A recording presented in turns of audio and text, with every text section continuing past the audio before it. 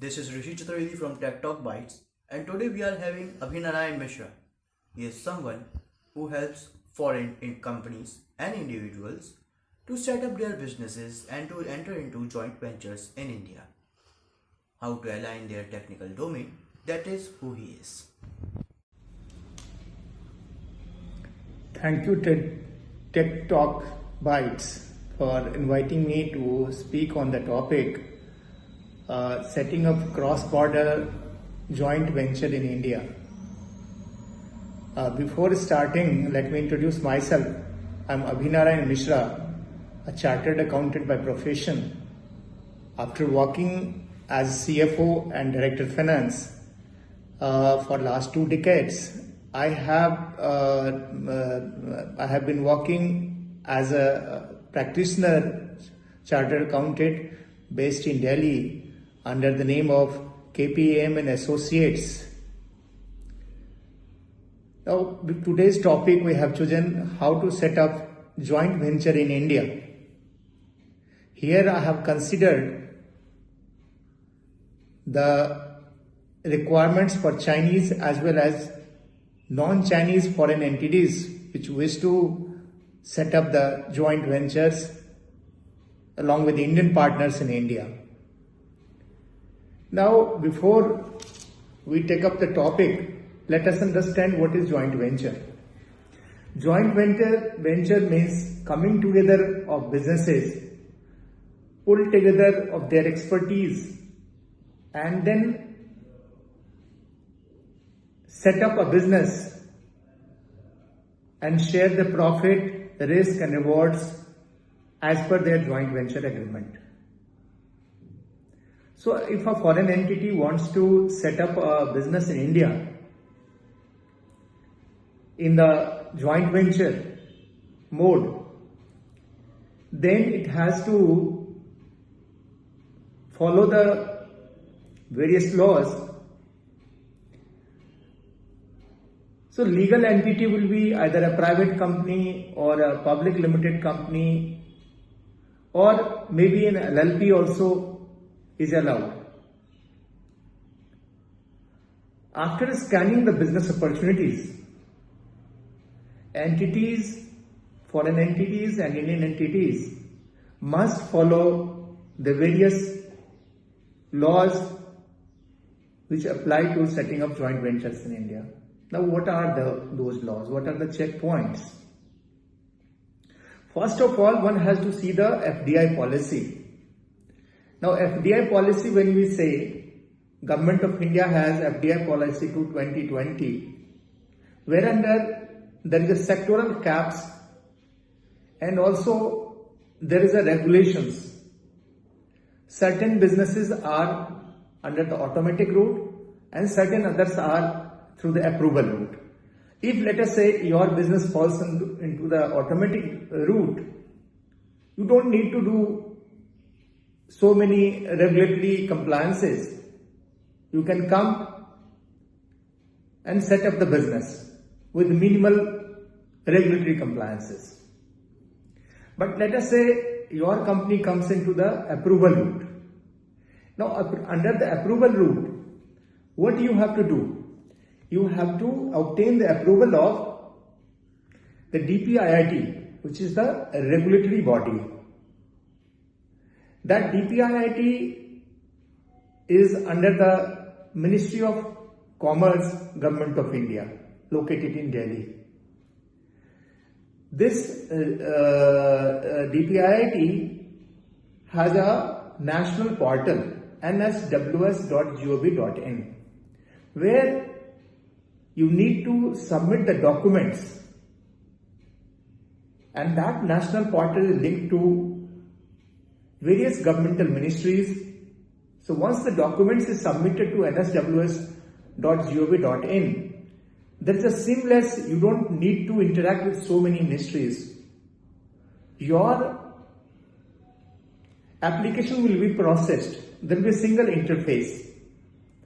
On that interface, there will be queries coming from various ministries, and you will be replying to one person only there in the DPIIT. Once, let us say, you have given all the documents, all the data, all the details in the DPIIT, it takes around 60 to 90 days for processing the application. So once you have submitted them, all the documents, all the details satisfactorily, then you will be given an approval. And that approval contains certain terms and conditions. So that approval also has the approval for security clearance, which is a mandatory for foreign entities under the approval route.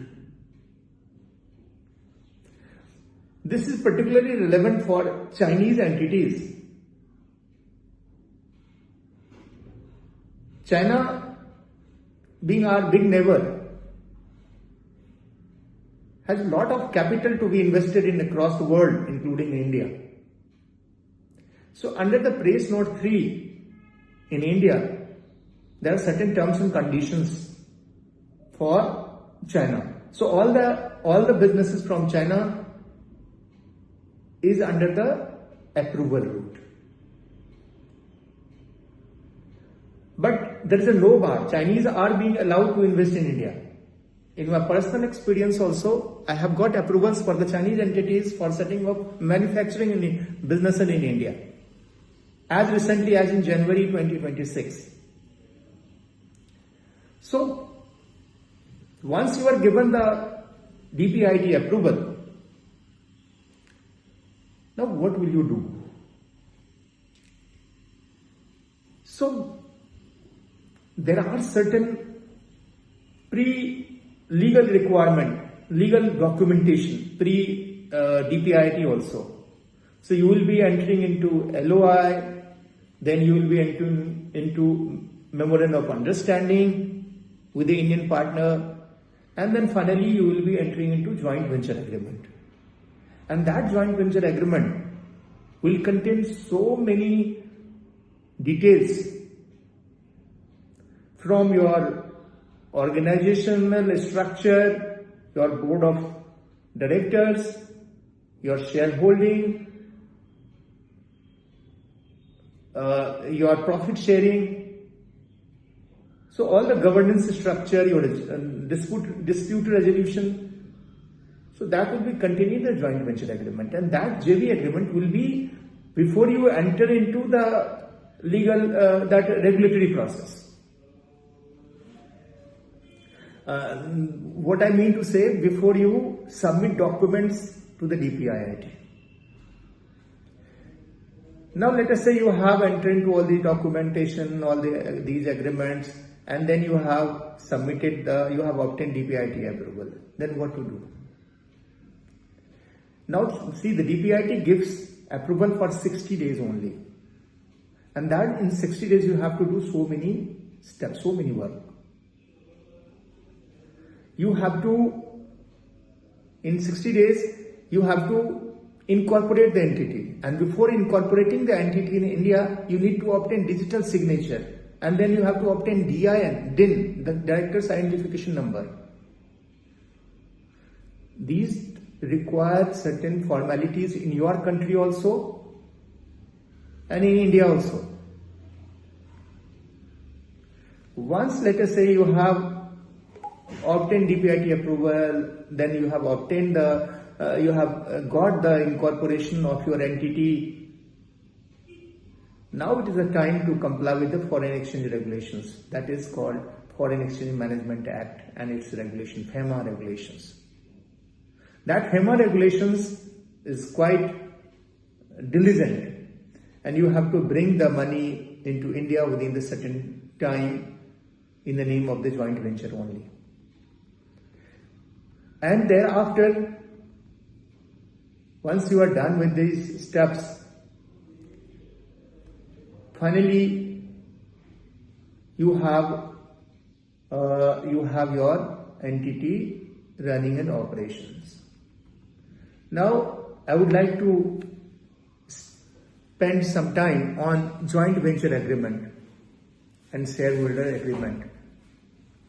Now see, joint venture agreement must have the purpose and scope of the joint venture. Why you are entering into joint venture? What is the contribution of your capital contribution, I mean to say, from Indian entity and also from the foreign partners? This JV should also contain composition of board of directors, quorum of the meetings, manner of approval of various decisions, then distribution of your profits, how the profits will be distributed, and how there will be certain provisions like restrictions on transfer of shares, like right of first offer, right of first refusal, tag along or drag along right, etc. Then there may be provisions for non-compete and non-solicitation clauses. Similarly, there may be provision for affirmative vote matters like anti-dilution right, preemptive rights, veto rights, and then resolution of your profits, how dividend will be declared, how repatriation will happen. There are certain angles of taxation laws also. While you will be repatriating the money out of India, will you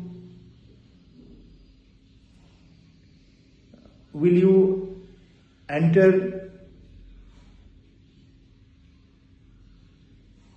into agreements for copyright, trademark, IPR issues, and similar other matters will be there. So, if you are planning to set up a joint venture in India,